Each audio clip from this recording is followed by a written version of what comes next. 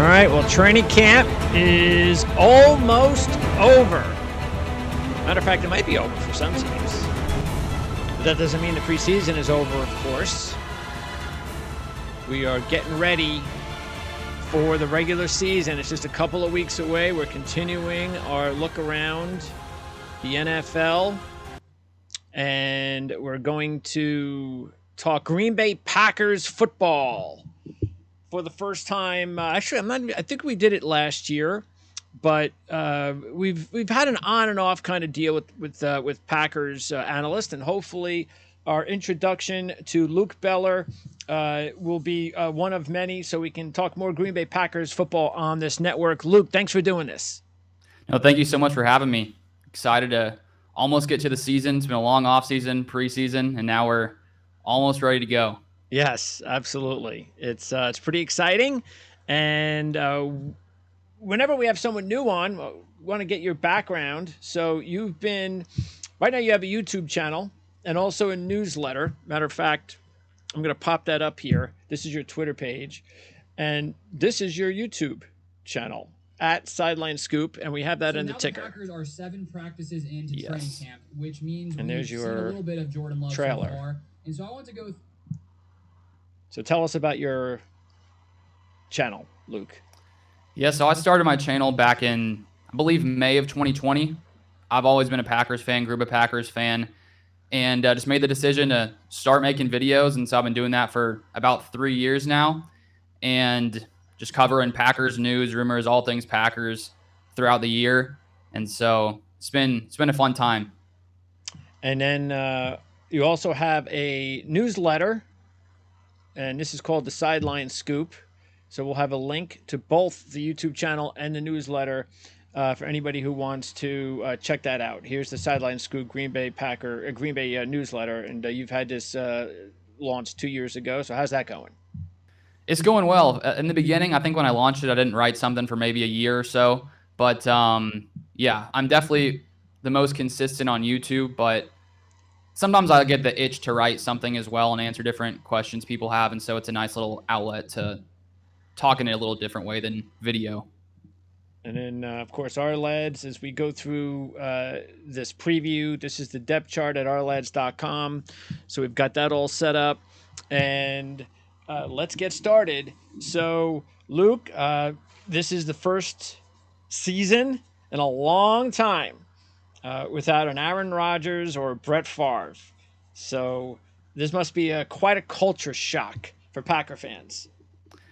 No, it definitely is. It definitely is. It's a very uncertain year, but also exciting, because I think since I've been alive, you just always expect the Packers to be a solid team. Like with Brett Favre won the Super Bowl with the year I was born. So I've had lots of people comment and said, you better hope that Love is good, because I was alive in the 70s and it wasn't very good for the Packers. So It definitely is a change of things here. But I like what we're seeing so far from Love. And so it's going to be interesting without Rodgers, no doubt. Yeah, and there's been a lot of, and I know the feeling when you're trying as a fan, you're trying to get as much information on the players during camp. You don't really get a feel. You're only seeing preseason games, really. You get highlights and things like that and scrimmages, but it's not just the preseason games. That's all you can really go with. But that's not really what the coaches, that's not where they make their decisions. The preseason games matter, no question, but I think they matter more for the fringe guys.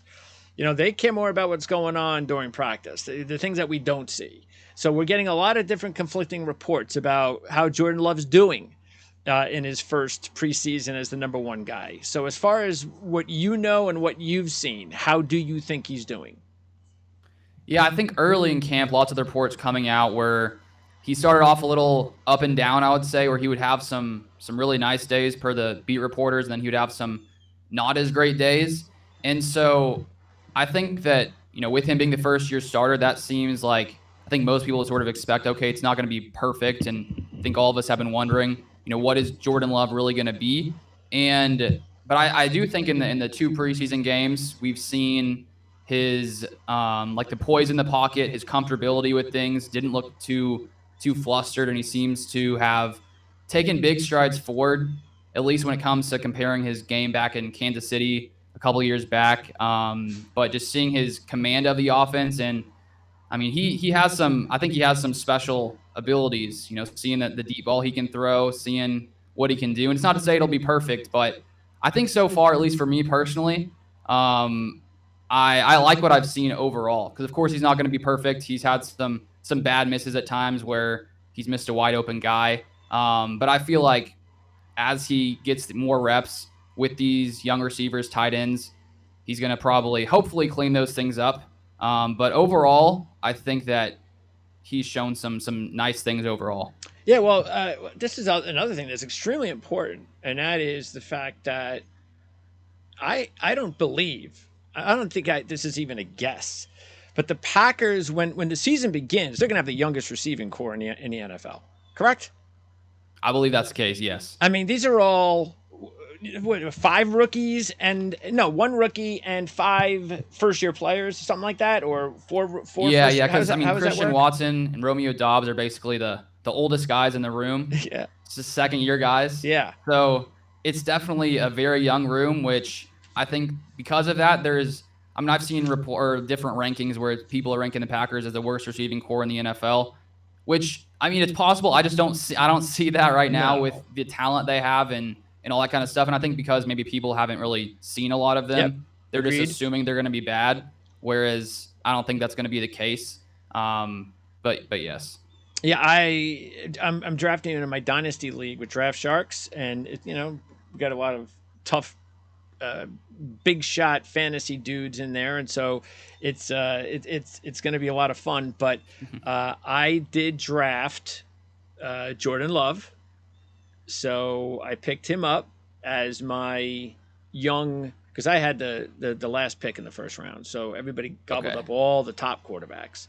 So I decided to pass on Bryce Young and decided to go with instead a different way, and then use Jordan Love as my young quarterback, because I do believe that what he has an advantage of over the rookies, whether it's an Anthony Richardson or Bryce Young or so forth, is that he really is like a rookie that's had 2+ additional years of experience in the NFL that those guys do not have. So if he is going to fulfill what the Packers believe he can as a talent, then he's not going to have one of those rookie seasons, like a general rookie. Sure, he'll have some growing pains, but I don't think most Packer fans believe that he's going to go out there like a rookie. Right. I mean, especially too, throwing the fact that he learned under Rodgers for 3 years, and he's been learning Matt LaFleur's scheme for 3 years. So, yeah, you're right. It's not like he's coming in here trying to figure out the scheme. And even last preseason, I remember Matt LaFleur and Aaron Rodgers in different press conferences mentioning a year ago how he had mastered the offense. And so that was a year ago. And so I think that he definitely I think he could shock some people just because he's coming in. Yes, he's still fresh when it comes to overall starts, but He's learned a lot. He had Tom Clements, who came in as QB coach last year, who Rodgers gave a lot of credit to early in his career. And so I think that the Packers have done a lot for Love these 3 years he's been in Green Bay. Yeah, you got the coaching. You mentioned, of course, the head coach knows what he's doing on the offensive side of the ball as well. So that should not be an issue. And then now, forget about the receivers too, but the 2 top tight ends are rookies.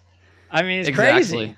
Exactly. And those guys, I when you look at, the fact the Packers lost Mercedes Lewis, Robert Tonyan, they are veteran guys, but the Packers haven't had like a tight end like Luke Musgrave.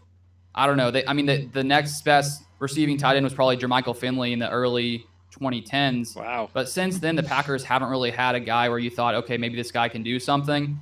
But Musgrave, he's like 6'6", runs like a 4.61 40. And Love has targeted him a ton in the preseason. And so it seems like he's going to be involved a lot, even in his first year. I know typically in the NFL, rookie tight ends aren't really great. It usually takes a year or so. But I think the Packers got rid of those veterans tight ends because they wanted to speed these guys up and their progression. And so Luke Musgrave has had some drops at different times and things like that. But I'm excited to see the dimension he adds to this offense. Yeah, and what about Tucker Kraft? Because he comes from an FCS program, so he's a little bit more of a learning curve than Musgrave, but only around later. So, but like you said, it definitely looks like Luke's clearly the number one guy. But what about Tucker Kraft's future? Yeah, I think, I mean, there hasn't been too much buzz around him out of camp. Like, there haven't, almost none, honestly, that I've really seen from reporters. I can't even remember where, anyone said he made a nice play, where Musgrave has a ton of those. So it seems like he's probably going to take longer to develop. But, I mean, looking at him in college, he still seems like a solid tight end, solid after the catch, probably a little stronger than Luke Musgrave. But I think he will probably take more time, where Musgrave is gonna, I think, be a big part in this first year. DeGuara, is he gonna end up as the number two guy early? Do you believe, or are they gonna go with Musgrave and Kraft most of the time? I think DeGuara could be in there with Musgrave, but it seems like they've sort of fluctuated them in and out, like Kraft and DeGuara. Okay.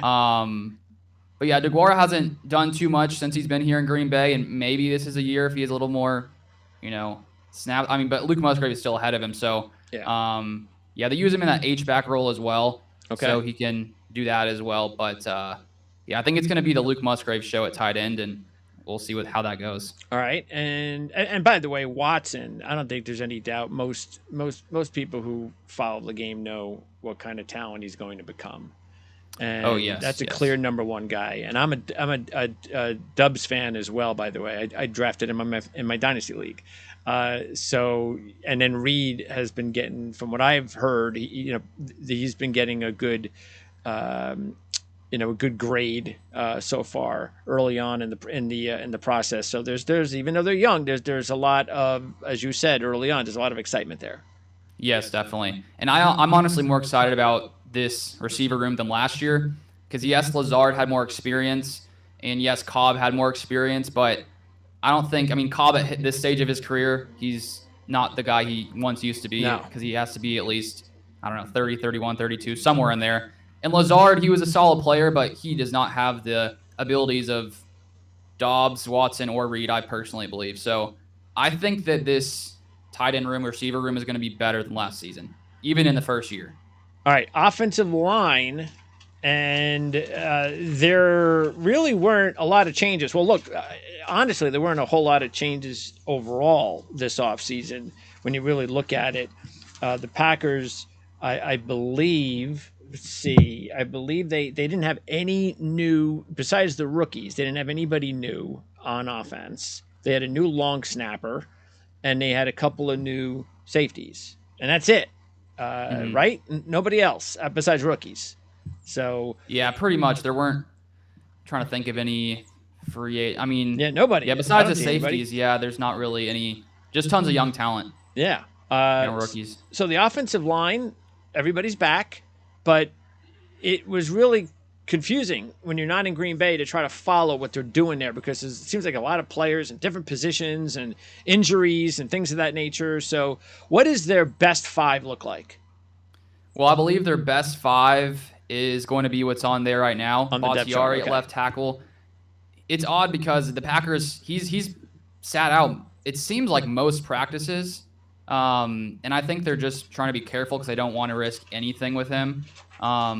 I was wondering if that meant that maybe he had some kind of injury issue, but I don't think I think they're just being really safe with him and don't want to put him out there. But it seems like he should be there at left tackle, Jenkins left guard, Myers center, even though he's had some issues this camp, but he still seems like the guy they want to have there. Running right guard and Zach Tom right tackle. That looks to be the starting five once the season comes around. And then one interesting thing that happened in the preseason game on Saturday, if Bakhtiari is out, is they used to put, at least in this camp, well, at first, the competition to right tackle was Zach Tom, Yosh Nijman. Tom pretty much won that at right tackle. Yosh Nijman seemed at first, he was basically the backup to Bakhtiari after that, but on Saturday, they put Rasheed Walker over him, and he's been playing over him in practice the past couple of days. At left tackle. Yeah, left tackle. That's just with Bakhtiari sitting out, so still a backup role. Okay. But Nijman, he played a ton at right tackle last year and left tackle, so the Packers have good depth, I think, on their O-line, especially if Rasheed Walker takes a jump forward in his second season. Okay. Well, that would be huge as a seventh-round draft pick. Mm-hmm. And who's their top interior guy? I'll go with Elton Jenkins. Okay. He's incredible. And last year, because he came back from his ACL tear, and He started out, I believe, at right tackle. They moved him back to left guard, where he's stayed now. And so I think this line is going to be just as good, if not better, than last year, just because last year Bakhtiari and Jenkins were both coming back from big injuries, and it took a long time for them to, I think, get back to their full speed and everything. And now they're sort of locked in here, which I think will, I mean, definitely this line is going to be huge for Love, and I still think they're one of the better lines in the league.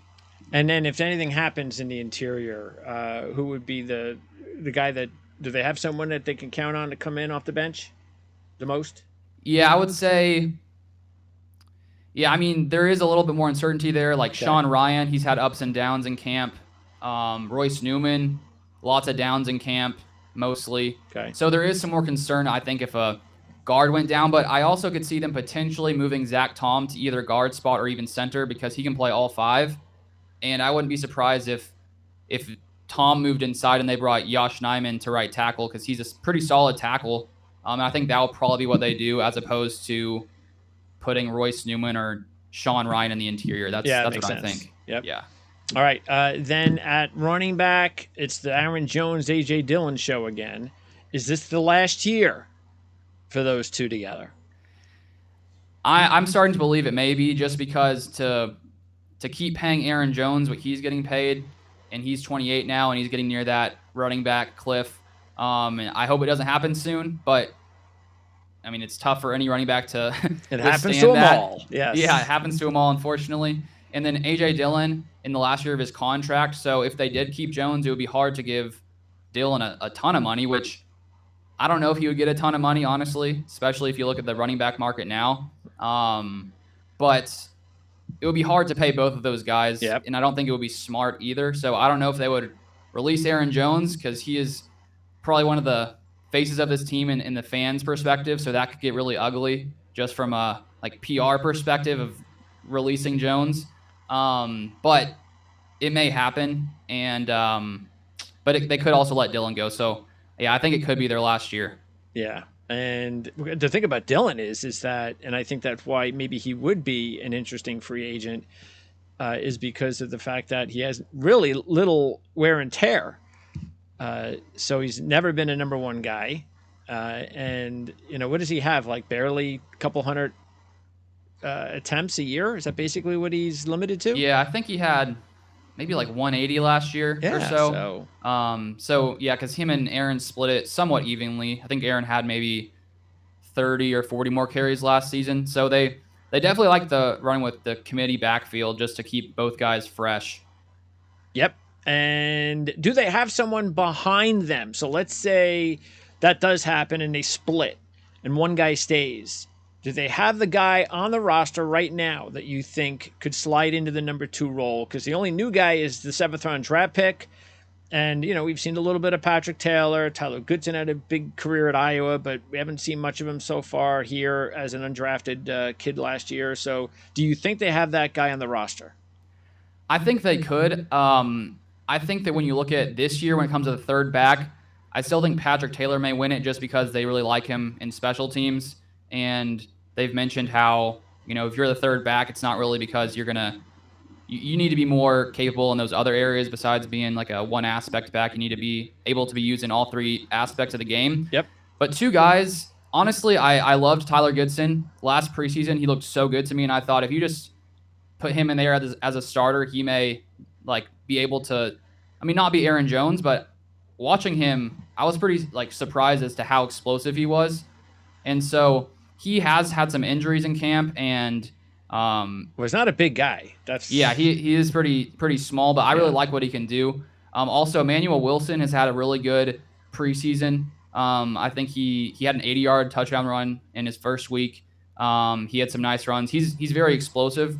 He has some nice speed. Lou Nichols has had some injuries, so we haven't really seen him at all. Okay. But I do think that, honestly, with this line here, if you put Wilson back there, he was having success in the preseason. Obviously, the preseason is different, but they could take a flyer and see if one of those guys could work out, or just draft a guy next year in the 4th round or something. Yeah, this would be their opportunity this year to compete for potentially that number 2 job next year. Okay, right. So Sean Clifford, another young player, the rookie 5th round draft pick from Penn State. I watched him play a little bit in the Bengal game, and I was actually pretty impressed because he had some injuries in college, which really hurt the program because Penn State had some talent there, and they still do. Uh, but it seemed like every time they were trying to get some momentum with Clifford, he'd have an injury here or there. So you knew there was some talent, but never really looked at it as, okay, he's not going to be a starter in the NFL, but maybe he could hook on as a long-term number 2. And so far, I mean, I like what he see, but I only saw him that one time.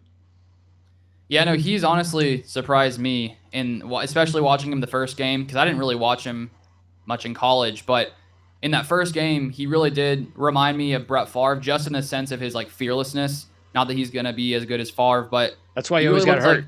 Yeah, just runs around. Yeah, yeah. Because he looked really good. He didn't look like a rookie. He looked like he had no nerves whatsoever. Yeah. And so I like what we've seen from him, especially because he's a rookie. He clearly still is willing to, throw some balls maybe he shouldn't throw. But it also, I think, is what helps him because he consistently pushes the ball down the field, and he's led a good amount of scoring drives in the preseason. So I like him as our backup. And I feel like if Love ever went down, I don't think it would be the end of the world, just because I saw Clifford can do something. It may not be pretty, but he can push the ball down the field. So you think that he's set? He's going to be they're going to keep 2 quarterbacks, and he'll be the backup. I don't think they're going to keep Magoo, because when I saw Magoo come in, I thought, I mean, they drafted Clifford in the 5th round, so the odds, I think, of Magoo somehow beating out Clifford, I didn't think would be too high. And yeah, Magoo's had no snaps in the preseason, barely any.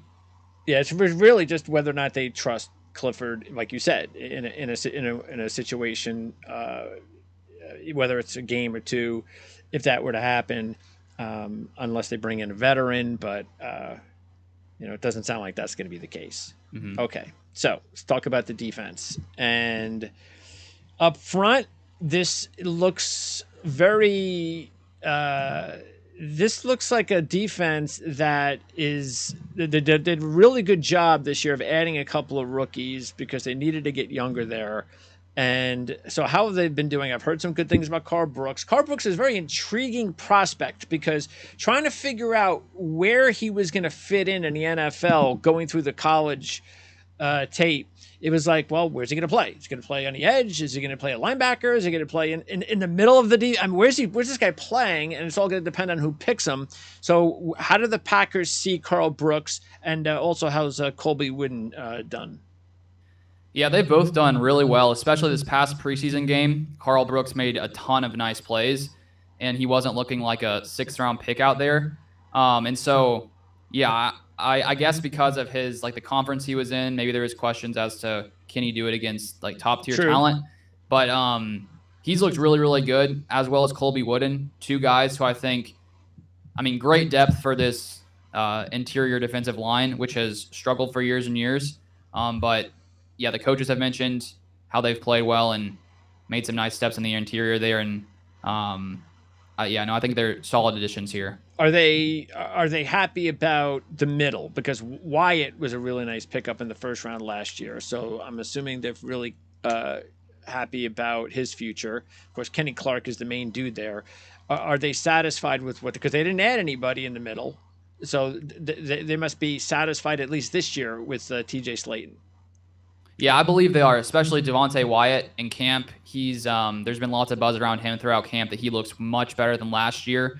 And he started to get some more snaps at the end of last season, and he was making some nice plays, especially as a pass rusher. So I do think this D-line interior especially is going to be better than last year because Dean Lowry was there for years, and he was just, he never got injured. He knew what he was doing, but I don't think he was an elite talent. Whereas Devonte Wyatt, I think, could be a big difference maker. And so with him there, with Slaton has been pretty solid. I believe this is his 3rd year now. And so I like this D-line better than last year because I think there's more upside here, especially with Devonte Wyatt taking a huge leap. Okay. And then at linebacker and on the edge, first of all, so this is also where it's exciting because, we know what Preston Smith can do. Rashawn Gary, when he's healthy, he's really turned into a really good pro. And then they draft Van Ness with their 1st round pick. And then Enagbare, I've heard some good things, which is not surprising because he was a 5th-round draft pick last year, and I remember looking at him being, maybe a nice sleeper pick for the Packers. He had a really interesting and solid career at South Carolina. So talk about their edge players, because it looks like they're set up pretty good. Yes, and Rashawn Gary, he came back yesterday for his first team reps, so that's a great sign for him. It looks like it seems like if he's in team reps already, he should be ready week 1, okay, which is awesome. And hopefully, obviously with ACL tears, maybe it takes him some time to get fully acclimated, but from the clips I saw, he looks super explosive. So that's the biggest thing, I think, is last year, before he went down, the Packers were 2nd in pressure rate. After he went down, they were like 28th. Yeah. So he's probably the biggest key on their defense, maybe outside of Jair potentially. But with him healthy and Preston Smith healthy, that's great, especially with the depth. Van Ness, I think that he could take some time to develop. Okay. Because in preseason, I think Kingsley Enagbare has wowed more than Lucas Van Ness, but you can still see like the power that Van Ness has, and he's made a few like disruptive plays in the preseason, like against the run, and but I think that especially Kingsley Enagbare, his pass game, 2 sacks, a forced fumble, he looks real good. So I do like the depth they have here on the edge this year. All right, much better than last season, because I think they had like Jonathan Garvin and Tipa Naliai, and so yeah. that wasn't really cutting it, especially when Gary went down. Is this Gary's 2nd serious injury he's coming off of?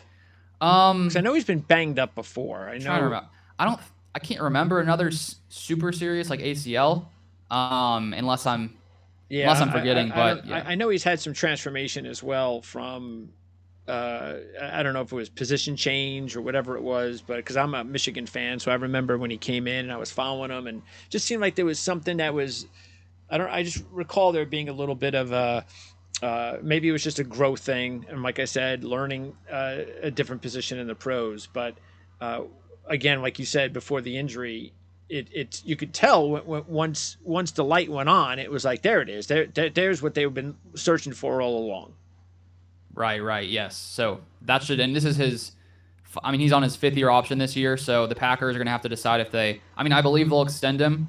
I imagine they want to see him play a little bit to make sure he hasn't lost a step. But he should be getting a new contract soon.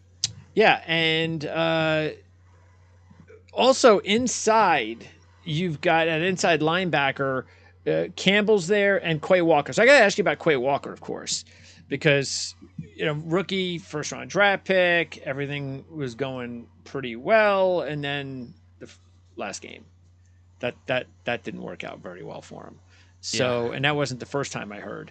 Yeah, he had two ejections. Yeah. So, but he's a rookie, and that and a 1st-round draft pick. He's a 7th-round draft pick. He might not have been on the team, but he's a 1st-round draft pick. He's going to be forgiven. So, how has he adjusted and come back? I know the season hasn't even begun yet, but I'm sure there was a little bit of a pressure there when he walked back into camp and try to kind of get the stink off of how the season ended last year.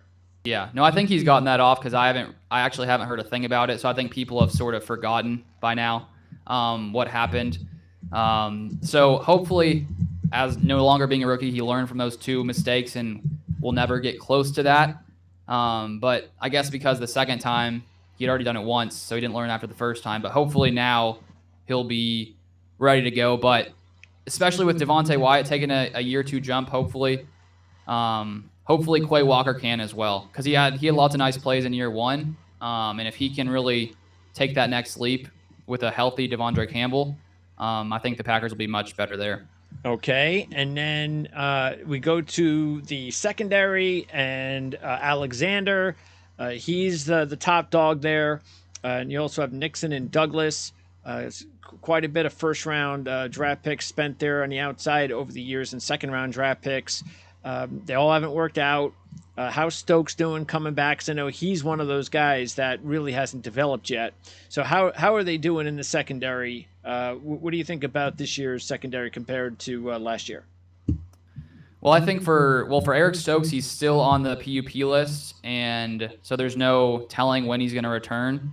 So not sure there. But I think at corner they're real solid. Keyshawn Nixon has been pretty solid on the at the nickel there, and then Rasul and Jair still great outside corners. And I'd say the area I'm more worried about on this Packers defense is safety, because Savage the past couple of years hasn't been very good. He was even benched for some games last year, but he still looks like to be a lock at safety. Packers defensive coordinator Joe Barry mentioned this past week how he's the leader there, and so he's a lock. But the second safety has been fluctuating. The Packers brought in Tarvarius Moore and Jonathan Owens this offseason. They were both like minimum contracts, so basically $1 million. So it's not like there was a huge investment there, but I think they were just hoping to see maybe one of these guys could maybe fill in and take a jump. But no one's really solidified that spot. It's been fluctuating consistently. And now Tarvarius Moore has a knee injury. It's not super serious, but he's day-to-day. So I think it's either going to be Owens, even though he hasn't done great in preseason. And then seventh rounder Anthony Johnson has made a little bit of noise. He's still, Matt LaFleur mentioned how he still needs to develop in special teams. So right now it could be Ford with Savage, maybe Moore, maybe Owens, but that's the one.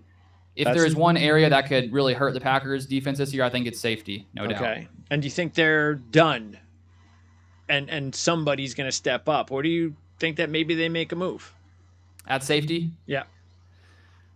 Is it like that much of an issue that they need to possibly look and see whether they pick someone up or make a trade before the season begins? Because there's going to be activity, no question about it.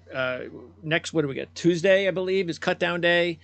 And it's going to be a big day because there's no third cut down day in the schedule. It's like everybody's cut in the same day. And so I think it's going to be crazy next week. And we're going to see definitely some trades as well. Do you think the Packers might be looking at adding somebody there before the season begins? Or do you think that they're going to be okay or just feel like they're okay and somebody will have to step up? It's hard to know for sure. But I wouldn't be surprised if they made a move, just because I think if a guy had really stood out and they were like, no, this guy's our starter with Savage, I would be less inclined to think they would make a trade or pick up another player. But considering they still don't know after all these weeks, I wouldn't be shocked if they found someone else where they said, okay, let's try this guy instead. But at the same time, they could just say, we're going to rock with what we have. What would you want them to do? Would you want them to find somebody else? I wouldn't be opposed necessarily, but honestly, I would sort of just like them to throw Anthony Johnson Jr. in there with Savage. Okay. Because I think that he looks explosive, and maybe he's a little risky because you don't really know. He doesn't have that much experience. But like Jonathan Owens and Tarvarius Moore have never been really good safeties. No. And so I would just say, you already are uncertain. Why don't you just throw in a young guy and see what he can do? Okay. That's what I would do, but who knows if the Packers are thinking that way. And the kicking situation is also going to be different.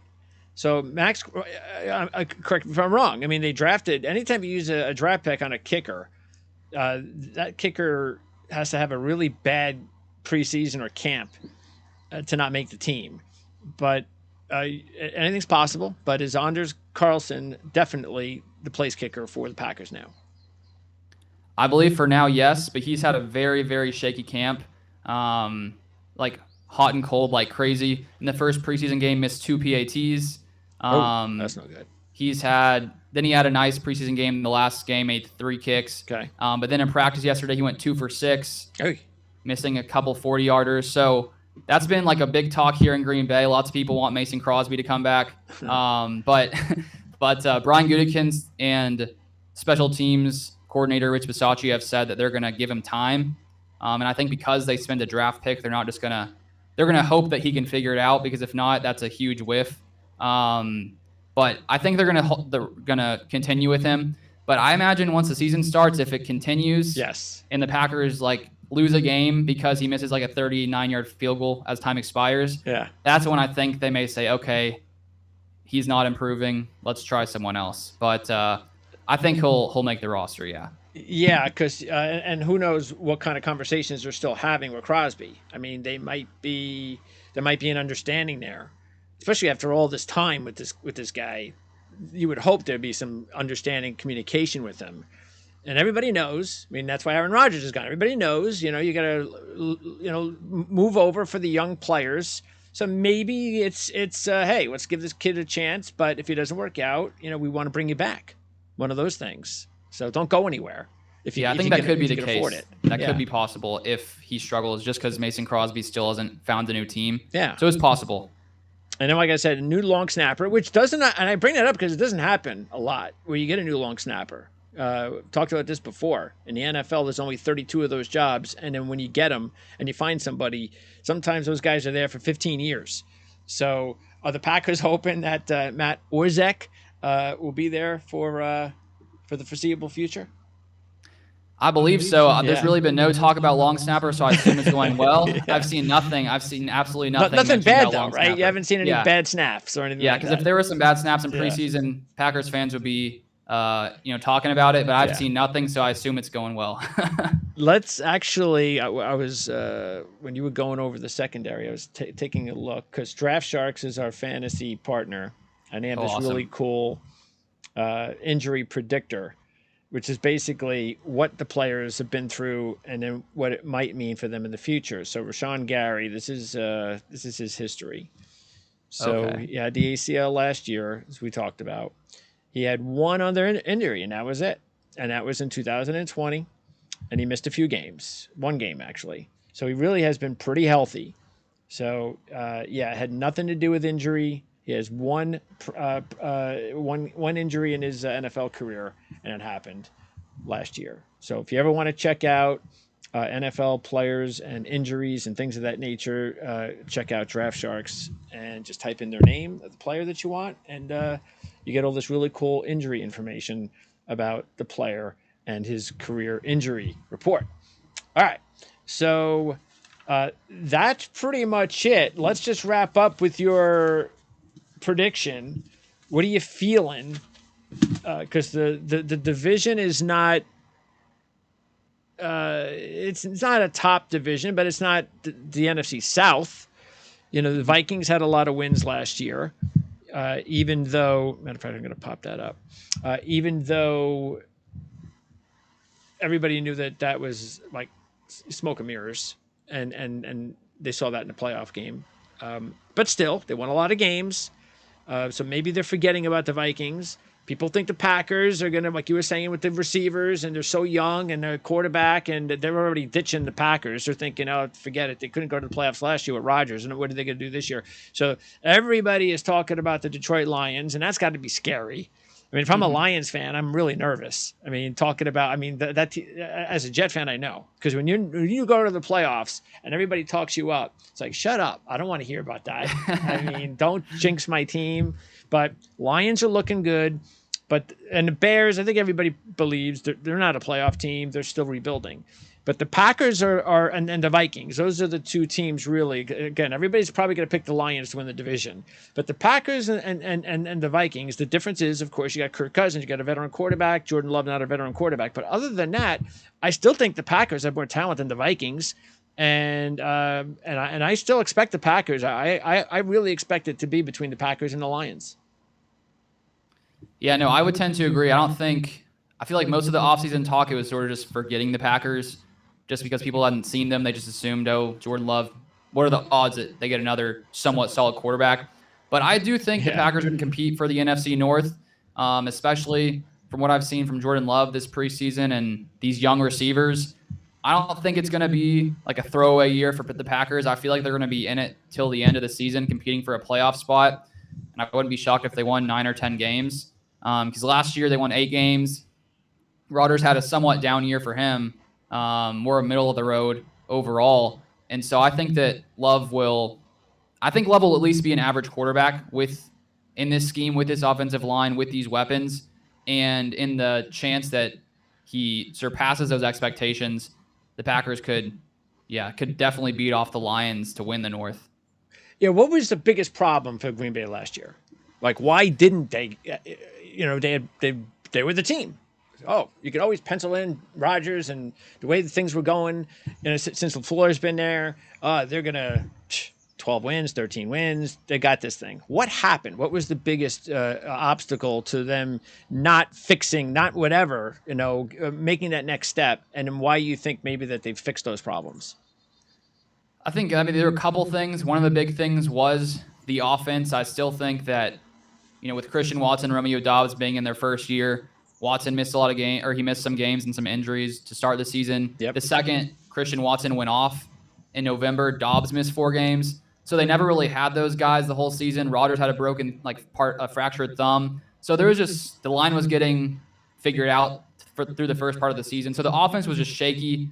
And so I think that was a big part, but also too, the defense. I think most of us Packers fans expected a top 10 defense last year, and they were 15th or 17th, one of the worst run defenses in the league. So I think adding all that together hurt the Packers last year. But I think now with Watson and Doubs in their second season, a lot more with Jaden Reed in the slot there. I mean, there's just a lot more explosive ability on this offense. Yep. And with Love seemingly having a really solid grasp of this offense, I think that this offense, I wouldn't be shocked if the offense was better than last year, even with Love. Sure. If not, just even in a down scenario, somewhat similar. And I think when you look at the defense with Devontae Wyatt, Quay Walker, their second season, with Gary back healthy, with the depth they have at edge, I could see this team being better this season. Yeah. And what are fans the most concerned about besides the obvious, Jordan Love and young offense? What is their biggest concern? Biggest concern, Joe Barry, I would say. Really? Just because fans just don't like Joe Barry. I think just the inconsistency here and the fact that we have so many first-round picks and the fact that we haven't gotten to being that elite defense in his 2 seasons here. So I would say, at least in fans' minds, he's on the hot seat. Matt LaFleur seems to like him a lot. And but I think that, at least for fans, that's where there's another question mark outside of Love. Okay. So if they don't get the job done this year and the defense doesn't perform, he's gone. I think he should be if he doesn't. Yeah. Because the next step is, because if you don't make the playoffs 2 years in a row, no matter what you started off with the first 2 years as a head coach, then they start looking at you, and that's why you got to make changes. Change something else. Yeah. Yeah. So all right, buy yourself some time. We'll keep an eye on that. But yeah, I think this is an exciting team to watch. It's all going to be, again, this is the NFL. It's about the quarterback position. We know that. So if Love outplays what people think he's going to do, then I think this is going to be an exciting team to watch. I don't think there's any question about it. I think this team could be anywhere from a 5-win team to a 12-win team. And I look at it more like 9 to 10 wins myself. That's how I do it. So I think it's going to be a fun season. I'm sure the Packer fans are, correct me if I'm wrong, I would think they'd be pretty excited, even though Aaron Rodgers is gone. And by the way, they're kind of okay with that. That's gone now. All right, all that distraction, and we love you, and he loves you. But as he said, that part of his career is over. And for Packers fans, that's the same. That's the way they feel as well. Yes, I think everyone's sort of moved on now, and felt sad when it happened, just because of Rodgers being here so long. But now everyone's supporting Love. There's no one who's really down on. Everyone's rooting for him. Okay. All right. Well, this was cool. I was glad, again, as I said at the open, haven't been able to talk a lot of Packers football the last few years, just a little bit, Luke. And then hopefully we can talk more about Green Bay this year, especially if it's a good season or anything, or anytime there's something big that happens. But we've got the YouTube channel, the link. Matter of fact, you can see it right there in the ticker at Sideline Scoop. So that's the one you can use. Like I said, there'll be a link in the description area as well as for the newsletter. So we wish you the best of luck with your channel. And again, hopefully we'll talk to you later on this season. Yeah, thank you so much for having me. And I would definitely love to talk in the future. And hopefully it's for a good reason. Absolutely. I agree. Thanks, Luke. All right. See ya.